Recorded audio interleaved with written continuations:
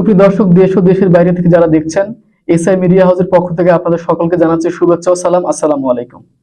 আজকে আমাদের মাঝে উপস্থিত আছেন ইসলামী আন্দোলন বাংলাদেশ ঝিনাইদহ জেলা শাখার সম্মানিত সভাপতি ডাক্তার এইচ.এম.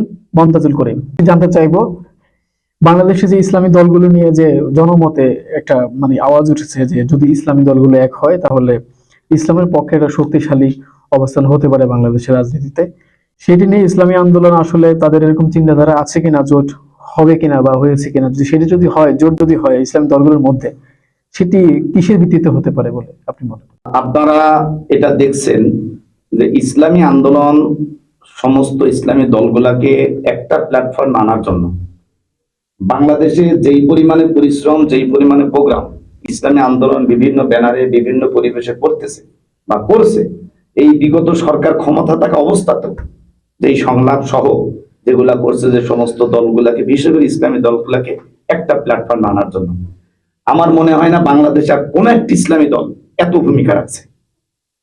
এরপরও আমি বলবো যারাই ভূমিকা রাখবে আলহামদুলিল্লাহ। সাথে সাথে দেখেন, ইসলামী দল আমাদের আমিরের পক্ষ থেকে কিন্তু একটা ঘোষণা যে ইসলামের পক্ষে আমরা একটি বাক্স দিতে চাই, ইসলামের পক্ষে বাক্স একটা দিতে চাই।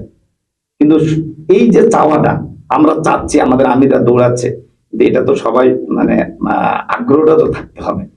সেই ক্ষেত্রে আপনারা দেখছেন যে বিগত কয়েকদিন আগেই 5টি ইসলামী দল ঢাকাতে আমাদের কেন্দ্রীয় অফিসে আমাদের আমিরের সাথে ওনারা দীর্ঘ বৈঠক করছে এবং 5টি ইসলামী দল কিন্তু একত্রাবোধ ঘোষণা করছে ইসলামী আন্দোলনের সহ 5টি দল। সেই হিসেবে আমরা এখনো আশাবাদী যে ইসলামের পক্ষে একটি বাক্স। তবে এখানে একটা মারাত্মক কথা কিন্তু লুকাই আছে, ইসলামের পক্ষে একটা বাক্স। তার মানে আমি চাচ্ছি, আপনি যদি ইসলামের পক্ষে না চান তাহলে আপনি নামধারী ইসলাম হলে তো হবে না। ব্যাপারটা এখানে আপনি ইসলাম চান, আপনি ইসলাম চান, কিন্তু আমি চাচ্ছি যে আমি ছাড় দিতে রাজি আছি, আমি চাচ্ছি আসো ইসলামের জন্য, কিন্তু আপনি মৌখিক বলবেন ইসলাম, কিন্তু বাস্তবে আপনি ক্ষমতার জন্য লালায়িত হবেন। বাস্তবে আপনি ক্ষমতার জন্য লালায়িত এই ইসলামের ছত্রছায়ায় আপনি আসতে চাবেন না, কাউরে ছোট মনে করবেন, কাউরে বড় মনে করবেন, এটা তো তাহলে আর এটা আপনার ব্যক্তিগত ভাবে চলে যাবে, এটা ব্যক্তিগত রাজনীতি চলে যাবে। কিন্তু এবার কিন্তু পীর জমা বলছেন আমি ইসলামের পক্ষে একটা বাক্স দিব, এটার ভিতরে কিন্তু স্পষ্ট প্রমাণিত একটা কথা থাকতে হবে যে ইসলাম যারা চায় তারা কিন্তু একটা বাক্সে আসতে হবে। আপনি ইসলাম চাইবেন অথচ এক বাক্সে আসবেন না, আপনি ইসলাম চাইবেন অথচ এক বাক্সে আসার জন্য আপনার কতটুকু আগ্রহ, ওখানে কতটুকু বৈঠক, কতটুকু পরামর্শ আপনি করবেন, এটা আসলে যেহেতু এখন মিডিয়ার যুগ, এটা দেশের জনগণকে এত ফাঁকি দেওয়া সম্ভব হবে বলে আমি মনে করি না। এজন্য আমাদের আমিরের কথা, ইসলামী আন্দোলনের কথা, যে আমরা ইসলামের পক্ষে একটি বাক্স দিতে চাই, যে ইসলামের পক্ষে আসবে সে ওই বাক্স ভিতরে আমি আশা করি আসবে।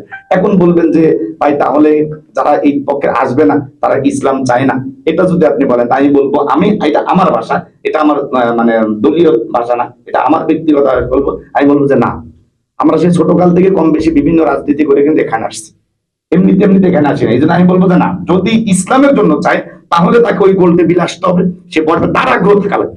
শুধু আমি আগ্রহের ব্যাপারে তো তা না, আজান হয়েছে, মুয়াজ্জিন আজান দিছে, এখন মুয়াজ্জিন আজান দিয়ে দিচ্ছে ঈশার নামাজের সময়, আমার করতেও নামাজে যাওয়া, আমার করতে আমার নামাজ, আমি যদি নামাজে জামাতে না চাই, আমি যদি নামাজ না পড়ি, এইটার জন্য কি ইমাম সাহেব মুয়াজ্জিন দায়ী হবে? এটা তো ইমাম সাহেব মুয়াজ্জিন দায়ী হবে না। তার মানে কি, আমি নামাজ পড়ি না, মুখে বলি নামাজের কথা, মুখে বলি দাওয়াতের কথা, মুখে লেবাজের নামাজের সময় আমি নামাজ পড়ি না, তাহলে ইমাম সাহেবের দোষ না। এই জন্য যারা ইসলাম চায়, যে একটা প্ল্যাটফর্ম আসার জন্য তার আগ্রহ থাকবে, তারও সেই জায়গায় যাইতে হবে, তাহলে আমি বলবো সে ইসলাম চায়। আর যদি ইসলাম চাবে, আপনারা জানেন যে ইসলামের ভিতরেও আমরা দেখেন যে বিগত 16 বছর যে সরকার ছিল, এই সরকারের কাছেও ইসলামের নামে, ইসলামের নামধারী করে এই 16 বছর এই সরকারের ছত্রছায়া ছিল না, একজন ইসলামধারী নামধারী লোক ছিল। আবারও যদি ইসলামের কথা বলবেন, ইসলামের প্ল্যাটফর্মে আসবেন না, আবার আপনি ভাগাভাগি করতে যাবেন, তার মানে আপনাদের এইটার ভিতরেই আমি আমার ভাষায় বলবো যেটা মুনাফিকি, যেটা ইসলাম নয়, এটা মুনাফিকি। আমরা আল্লাহ রাব্বুল আলামিন আমাদেরকে সবকিছু দ্বিধাদ্বন্দ্ব ভুলে যে ইসলামের পক্ষে, ইসলামী আন্দোলনের কথা একটা বাক্স দিব, আমরাও সেই এক বাক্সের পক্ষেই আছি। যেমন